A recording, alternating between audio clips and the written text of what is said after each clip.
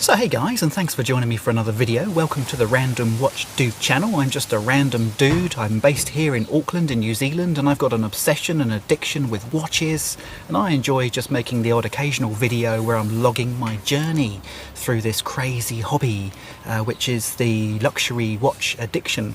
So today guys, I want to talk to you about a little shopping trip that I went on with a couple of Red Bar New Zealand Facebook friends over the weekend. So the three of us, so thanks to Nick and to Mark for inviting me to come on a little watch crawl with you over the weekend. Really enjoyed it. It was great fun, and what I wanted to do during this video was just share my experience that I had, because I recently made a video on the newly released Omega Seamaster 300, and you guys know what I thought of that if you've watched that video. If you haven't, I'll just put a little link to it up here. So guys, I actually got hands-on with this watch over the weekend, and I was also wearing my 2254.5, my Peter Blake, which is the watch, the Omega Seamaster, in my view, that you compare all other Omega Seamasters to. So there it is guys, this is the Peter Blake, and as you can see, I've committed sacrilege today because I've put it on a leather strap. I've put a dive watch, guys, on a leather strap. I mean, disgusting, isn't it, really?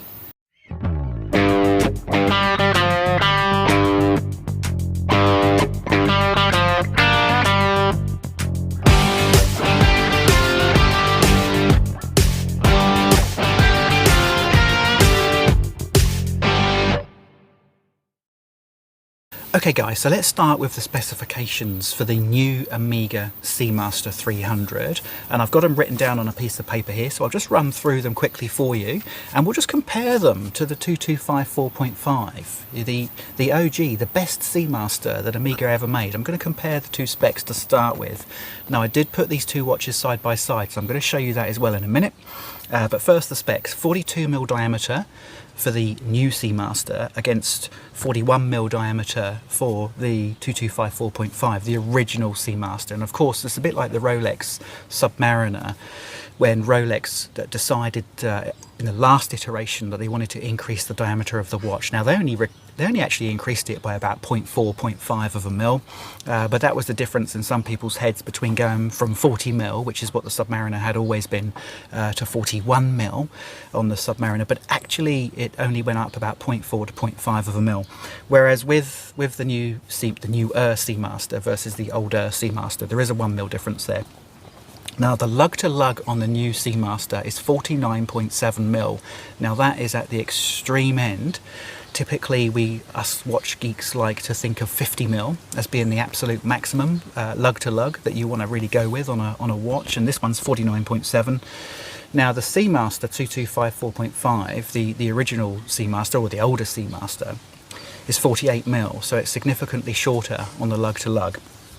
They both have a 20mm lug width, which is a great lug width because it fits all sorts of straps, NATO straps, and of course leather straps. The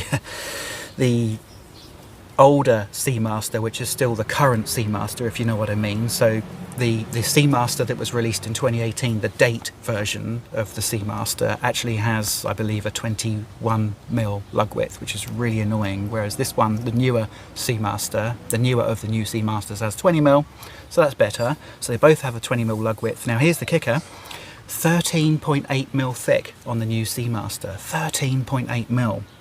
This bad boy, the original, or the older neo-vintage Seamaster, has a thickness of around 11mm. So that's massive. The difference in the thickness is massive, and if you've watched my previous video where I was critiquing the new release of the Seamaster, you'll know that my biggest issue with the Seamaster has been for a while, and still is, and it's got even worse with the new Seamaster, is the thickness. Now, why is the newer Seamaster so thick? Well, one, it's got heavily domed glass. Now, at this point, guys, I'm going to start putting up some pictures, because I happen to have my 2254.5 on, which is the watch that I'm comparing it to. I happen to have my 2254.5 on when I walked into the Omega OD with Nick and Mark, and there it was, the new Seamaster. So I was able to try that watch on and get a real good feel for it, and I took some pictures of it and compared it to my current Seamaster. And of course, it goes without saying that the domed glass crystal is pretty, but it's not, for me, it's not what a Seamaster is about. A Seamaster shouldn't have heavily domed crystal. This one has a very, very heavily domed sapphire crystal, so that's adding to the thickness. The other thing that's adding to the 13.8mm thickness, contributing to that, is the case back. The case back is a see-through case back, and that's adding thickness again, because of course they've got to get sapphire glass into the back as well as the front. Now the sapphire glass case back isn't domed heavily, although it is slightly domed, but of course they need to make a stainless screw-in frame that can house the sapphire glass, which is why it's so thick. So there you go, guys. We've got 13.8mm of thickness. Now I compared that new Seamaster to the No Time to Die Seamaster. They happen to have the No Time to Die Seamaster in. The difference, guys, the difference when you look at those two watches head on, they look roughly this. Apart from the aesthetic, of course, of the dial and the bezel, they look pretty much the same case. But when you put the watches on their side, and I did, and I took a picture of that, and I'll show that to you, the No Time to Die is significantly thinner than the new Seamaster, significantly thinner. And why is that? Why is that? It's because it has a solid case back. A solid case back. So all of a sudden we've taken pretty much a millimetre off, if not more. I think it's about 0.8 of a mil actually. We've taken about 0.8 of a mil off of the thickness on the No Time to Die by having a solid case back. So here's the thing. Here's my view on the new Seamaster. It's too thick.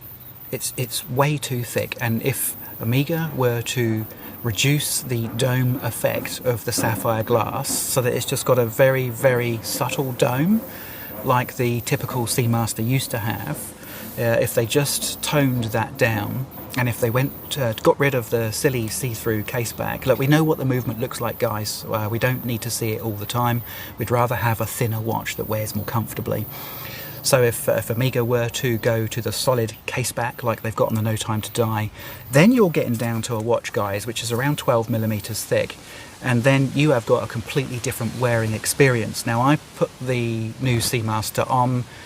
You guys know what I think of that Milanese mesh bracelet. It is horrible. It really is horrible. It's so thick. That chunky clasp area is so thick. It's cumbersome. It's brutish. It's not at all subtle. It's the opposite of what the Seamaster should be. The Seamaster should be a watch that you can wear anywhere. The Seamaster has always been a watch that you can wear on a really nice bracelet, although I've got it on a leather strap today. You can wear it on a really nice bracelet, and you can wear it with a suit, and you can wear it on holiday jumping into the sea. You know, that's that kind of watch. But with this huge bracelet on, the new Seamaster, that combined thickness of the top and the bottom, it's a massive watch, guys. And I've got a 7.2-inch wrist. I haven't got a small wrist.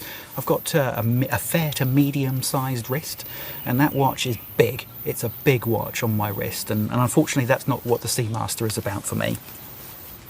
So a couple of other things that I just wanted to take note of. One is they did really well. What they've done really well is they've gone to the classic wave pattern, and I'll put a picture up side by side. They've gone back to the classic wave pattern on the dial. It looks beautiful, guys. It really does look nice. If they had the sapphire glass more subtly domed, in other words, if it didn't have so much distortion around the sides, that wave effect would look an awful lot better, in my opinion. But because the sapphire glass is so domed, you get that real significant distortion around the edges, and that actually detracts from that lovely subtle wave pattern, in my opinion. And the other thing, so that's a plus, is that it does have the wave pattern. They just haven't quite executed the aesthetic of that well enough. The other thing is, what's desperately missing from that watch is the red tip on the seconds hand.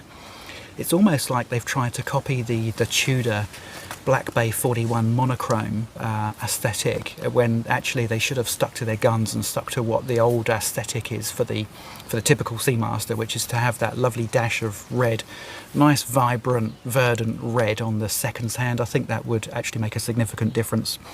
And of course, I couldn't finish my criticism of the new Seamaster without reiterating and stating yet again for the 400th time during the course of my channel is, please, Omega, put some sword hands put some sword hands on at least one or two of your models. I genuinely think, guys, that if they just made those subtle differences, and it's all possible, none of these things are a complete and utter redesign. They just need to screw in a solid case back and flatten the crystal, put a red tip on the seconds hand. We are absolutely cooking on gas, guys. That watch is going to be an absolute killer. Now, I think Omega are going to do this. I think that the feedback that they're probably already getting about that watch is, hey, we like it, but it's, you know, it's just another iteration of what is already quite a well-known thick watch. I think Omega at some point in the future are going to release that model that we're looking for in some way, shape or form. And when they do, I'm going to buy one, guys. I'm going to buy one, and I'm telling you guys, I will be queuing up outside the authorised dealer's door on the day that they open when that watch is released to go and put my name on their list. Yes, guys, I will put my name on a list for an Omega when they make those changes to the new Seamaster. How about that? So guys, thanks for watching the video. Just wanted to share, you know, my thoughts on that. It was very, very interesting. Sometimes when you go and look at a watch in the flesh, it changes your opinion. It changes your opinion of what you saw when it was released on paper, but not in this case, guys. No, everything I saw when I put this watch on validated my original opinion. Was that they've made some quite significant errors with the design of this watch. I think they'll sell them. But I don't think they'll sell anywhere near as many as they could if they just made these subtle changes to the design.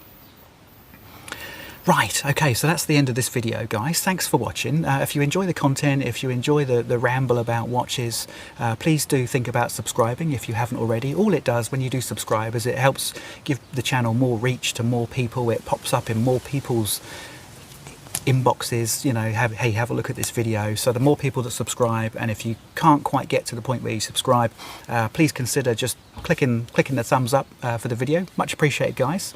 Really is much appreciated. Thanks for watching the video, and I look forward to seeing you on the next one. Cheers.